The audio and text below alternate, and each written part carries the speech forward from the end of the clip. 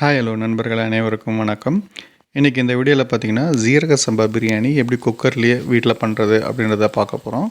முதல்ல ஜீரக சம்பா அரிசி பார்த்திங்கன்னா கிட்டத்தட்ட நம்ம 3/4 கிலோ கிட்ட எடுத்தாச்சு.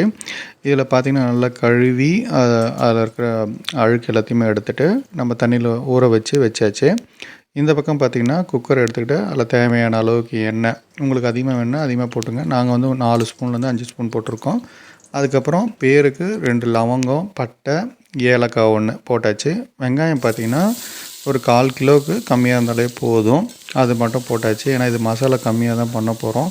இதில் பார்த்திங்கன்னா ரொம்ப தொக்கு மாதிரி பிரியாணியில் மசாலா இருக்காது. லைட்டாக தான் இருக்கும், மைல்டாக தான் இருக்கும். அதனால் வெங்காயம் ரொம்ப கம்மியாக தான் போட்டிருக்கோம். ஸோ இது நல்லா வதங்கி கண்ணாடி பதம் வந்ததுக்கப்புறமா, அதாவது இந்த மாதிரி பதம் வரணும். இந்த பதம் வந்ததுக்கப்புறமா நீங்கள் பார்த்திங்கன்னா அடுத்து தக்காளி சேர்த்துக்கலாம். ஸோ ஆல்ரெடி நான் சொன்ன மாதிரி தக்காளி பார்த்திங்கன்னா ஒரு 3-4 தக்காளி கட் பண்ணி வச்சாச்சு. பெரிய தக்காளியாக இருந்ததுன்னா 3 போதும், சின்ன தக்காளியாக இருந்தால் 4 போட்டுங்க. போட்டு இதுவும் நல்லா தக்காளி வதங்குற வரைக்கும் வதக்கி எடுத்துக்கிட்டாச்சு. ஒன்ஸ் தக்காளி வதங்கினதுக்கப்புறமா நீங்கள் அடுத்த மசாலா ஐட்டத்தை நீங்கள் ஆட் பண்ண ஆரம்பிக்கலாம். ஸோ தக்காளி நல்லா வதங்கி வந்துடுச்சு. சப்போஸ் இது வதங்கலைன்னா மூடி போட்டு கூட ஒரு 10 நிமிஷம் வேக விட்டுருங்க. அதுக்கப்புறமா இஞ்சி பூண்டு பேஸ்ட் 2 ஸ்பூன் மட்டும் போட்டாச்சு. ரொம்ப அதிகமாக போட வேண்டிய தேவை கிடையாது.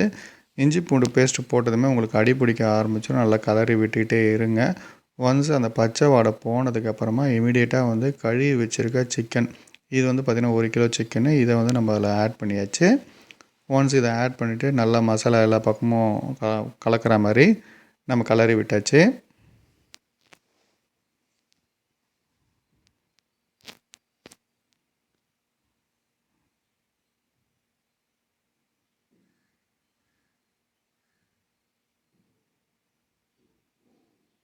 ஒன்ஸ் இது நல்லா கலரி விட்டுட்டு தேவையான அளவுக்கு கல் உப்பு போட்டாச்சு. கல் உப்பு போட்டிங்கன்னா தான் உங்களுக்கு உப்பு ரொம்ப கரெக்டாக கறியிலையும் மசாலாவிலையும் ஈவன் ரைஸ்லேயுமே உங்களுக்கு ஏறும். அதனால் கல் உப்பு யூஸ் பண்ணுங்கள். தூள் உப்பை விட கல் உப்பு போடுறது ரொம்ப நல்லது.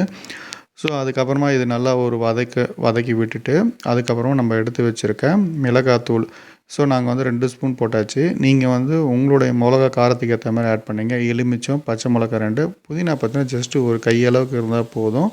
அதிகமாக தேவை கிடையாது. நீங்கள் அதிகமாக போட்டிங்கன்னா அது மசாலா அதிகமாகிட்டு உங்களுக்கு அது வேறு மாதிரி இருக்கும் பிரியாணி. இது லைட்டாக பிரியாணி பண்ணுறப்போ ஒரு கையளவுக்கு புதினா இருந்தாலே போதும்.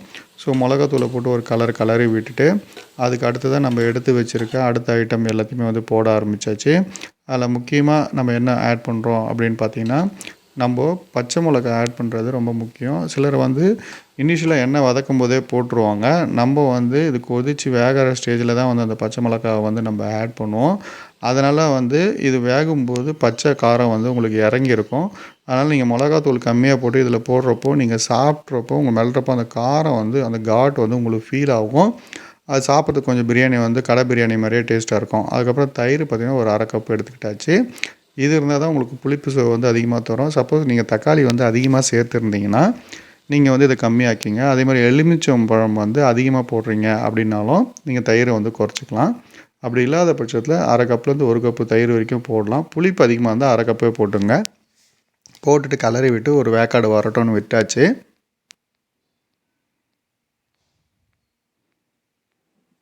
அவ்வளோதான், ஒரு மூடி போட்டு ஒரு வேக்காடு வந்துடுச்சு.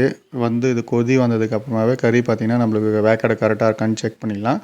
இந்த பதத்தில் பார்த்திங்கன்னா 3/4 வேக்காடு கறி வெந்திருந்தால் கூட போதும். ஏன்னா சிக்கன் டக்குன்னு வெந்துடும். அதுக்கப்புறமா நம்ம அரிசியை போட்டு கலரி தம் போடுறப்போ மிச்சம் வெந்துடும். இது 3/4 வேக்காடு கறி வெந்திருக்கு. பார்த்திங்கனாலே தெரியும், நல்லா ஜூஸியாக வந்துடுச்சு. ஸோ இதுக்கப்புறமா நம்ம கழுவி வச்சுருக்க அரிசியை போட்டனாலே போதும். இது தம் போடுறதுக்கும் வேக வைக்கிறதுக்கும் ரெடி ஆகிடும். பிழிஞ்சு வச்சிருந்த லெமன் ஜூஸை இந்த ஸ்டேஜில் தான் விடணும். அதுக்கப்புறமா நம்ம கழுவி வச்சிருந்த அரிசியை ஆட் பண்ணியாச்சு.